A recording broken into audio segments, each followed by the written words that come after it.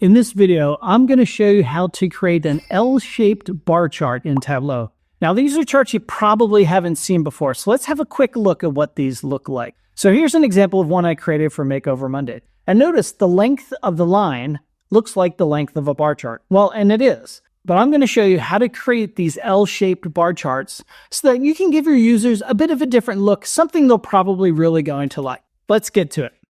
The first thing I'm going to do is connect to my data. On the left-hand side, I'm going to choose More in the To a File section. And I'm going to pick Superstore for this example, and then click on Open. Then I need to add a second dataset, which is going to include the number of points that I need to connect. So for example, I've got point 1 down here, point 2 at the elbow, and then point 3 at the end. So I need to create 3 points for each data point inside of Superstore. Before I do that, I need to remember to drag orders from Superstore over to the right. Then I'm going to go ahead and click on Add for another connection. Go down to More in the To a File, and I'm going to choose this one called 180 points. I've got other ones that are 1,000, whatever. It doesn't really matter, and I'll attach these to the video. Click on Open, and I'm going to just drag that Sheet 1 to the right-hand side, and we're going to create our relationship. Now notice our relationship is broken. So down here, what I need to do is create my relationship, and I need to do it with what's called a relationship join. So in the Orders section, I'm going to choose Create Relationship Calculation, and I'm going to set it to 3 because I know that's the number of marks that I need. Click on OK. I'm going to say, is that greater than or equal to? And on the right-hand side, I'm going to choose Point. So this point field goes from 1 to 180, so I only want to keep 3 of those. Go to Sheet 1. And to make sure it's working right, I'm going to drag category to the rows, and I'll take my point field, and first off, I want to make it a dimension, and I'll drag that to the rows as well, and I get points 1, 2, and 3. If I drag sales to text, notice how I get the same value for each point. That's Tableau using its relationship model to make sure that it doesn't overcount the sales for the category. So for example, if I drag the point off of the view now, I still get my 754,000 for furniture. Perfect. Okay, now we're going to go ahead and build our L-shaped bars. Let's start with a new sheet, and we're going to do this with map layers. First thing we want to do is we want to create a calculated field, and I'm going to call this my dots. I'm going to use the make point function. So I'm going to say make point, and this requires us to create a latitude and a longitude. Well, if I look back over at my visualization here, my latitude is, let's say, 0 here at the bottom, and then 1 at the top, and then it's still 1 when I get to the right-hand side, right? Because my latitude goes up and down. Okay, so let's use a case statement, and we want to look at that point field that we created. So when the point is 1, then we're going to set the latitude to 0.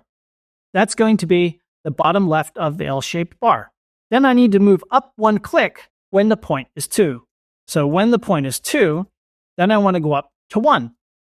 And then when it is 3, I also want to keep it as 1, because what I'm doing is I'm going up here to 1, and then I'm staying at the same latitude as I go across the view.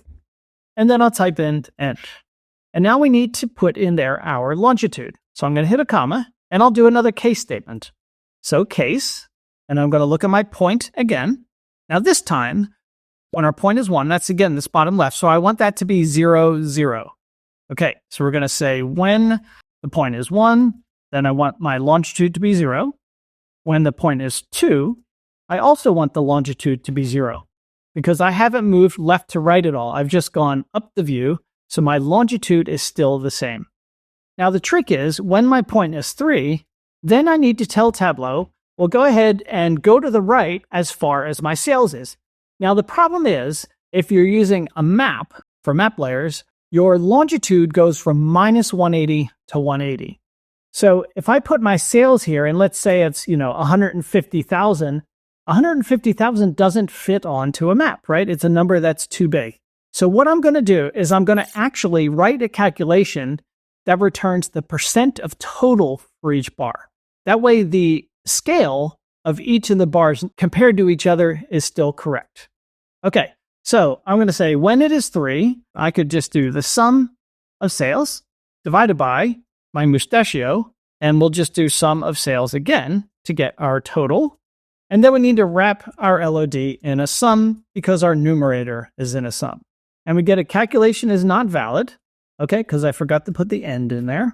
And now we also get another invalid calculation because we're trying to mix aggregate and non-aggregate. And I have that because my sum of sales divided by my total sum of sales is an aggregation.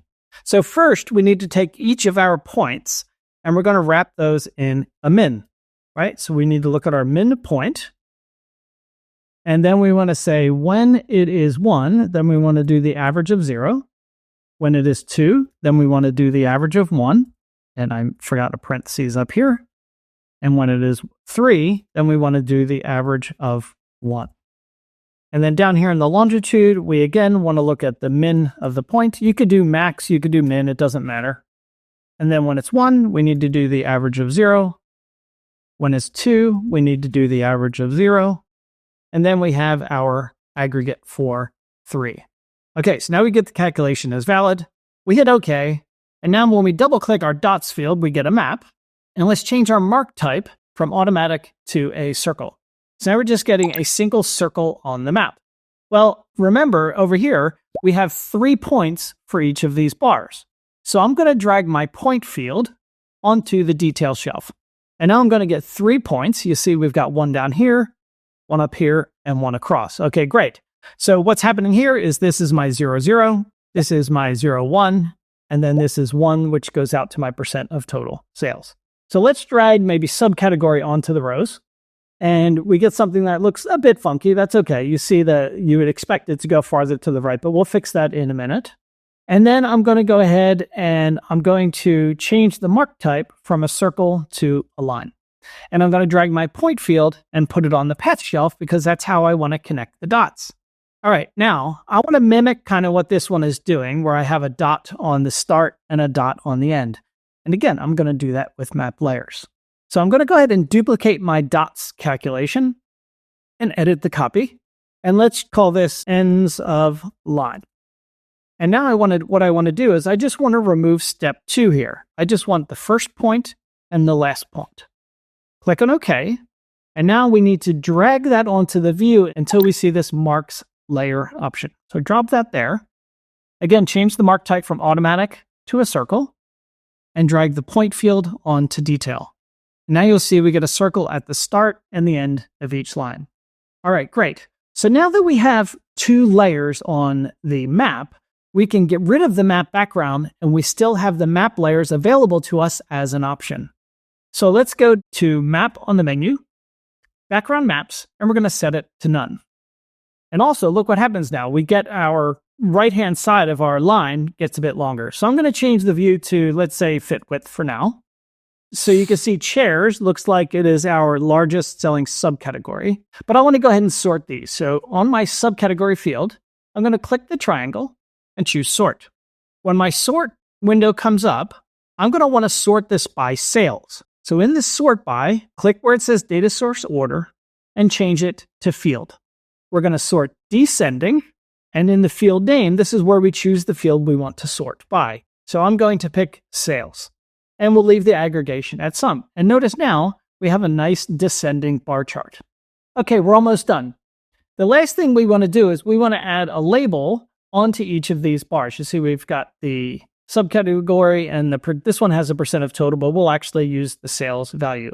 So we need to create one more map layer. So let's create a new calculated field. And let's call this one our label point. And what we're going to do now is we're going to use the make point function again, but we want to stick the label halfway from this dot up to the elbow. So that is 0.5 on my latitude and 0 on my longitude. So in the make point, I'm going to type in 0.5. That's going to be my latitude, comma 0, which is my longitude. Click on OK. And if you remember from before, we had a map as the background, so we had the option to add marks layers. Because we already have 2 mark layers and we got rid of the map background, we actually still have our marks layer option, even though we're not on a map. That'll make sense here in a second. So I'm going to grab my label point, and notice here I have my marks layer, even though I no longer have a map as the background. So the trick is make sure you have 2 layers before you turn the map background off. So I'm going to drop that there. And I'm going to change my mark type from automatic to a circle. And you see now I get a circle in the middle of each of these bars. Perfect. Now I want to put the label on there of the subcategory and the sales. So let's drag subcategory to the label shelf, and we're going to drag sales to the label shelf. Click on label, and then the 3 dots, and we want subcategory to be on the first line, and we want sales to be on the second line, and I want them to stay left aligned. So maybe I'll just bold them both, and perhaps I'll make sales maybe a bit bigger. Click on OK. You can format that any way you like. And then in our alignment, we want it to be right aligned, so to the right of the circle, but also in the middle. So notice how it's perfectly in the middle of each of these bars. But we don't want that circle there, so I'm going to click on the color shelf. I'm going to reduce the opacity to 0 so we can no longer see it. But when we click on this, we can still kind of see the circle when we click on it. This is another advantage of using map layers. Over here on my marks card, I can click the little triangle next to label point and I can choose disable selection. So now when I click on chairs, it doesn't do anything. It has nothing to select. Great. We can do the same thing on the other points. So let's go to the ends of the lines and let's go ahead and disable that selection. Go to the dots and let's go ahead and disable the selection. Great. Now, if you don't want the dots on the ends of the lines, I could just go to this ends of line marks card. And I can either click the triangle drop down and choose hide, or I can just remove it, right? Whichever way you want to do it. I'm going to leave them there for now just so you see it as an example. Okay, now what we need to do is a couple of formatting things. I don't like how these are so squashed together, the lines, right? There's not much of a gap between the dot here and the elbow of the next one. So I'm going to edit my axis on my latitude. I'm going to change it to custom, and I know my axis goes from 0 to 1. So I'm going to change it to start at minus 0.5 and 1.5. So I'm going to give myself a half above and below. Okay, so that looks a lot better. So from here, we can hide the subcategory header. So right-click on subcategory on the rows and uncheck show header. We can right-click on the axis at the bottom and uncheck show header. We don't need that.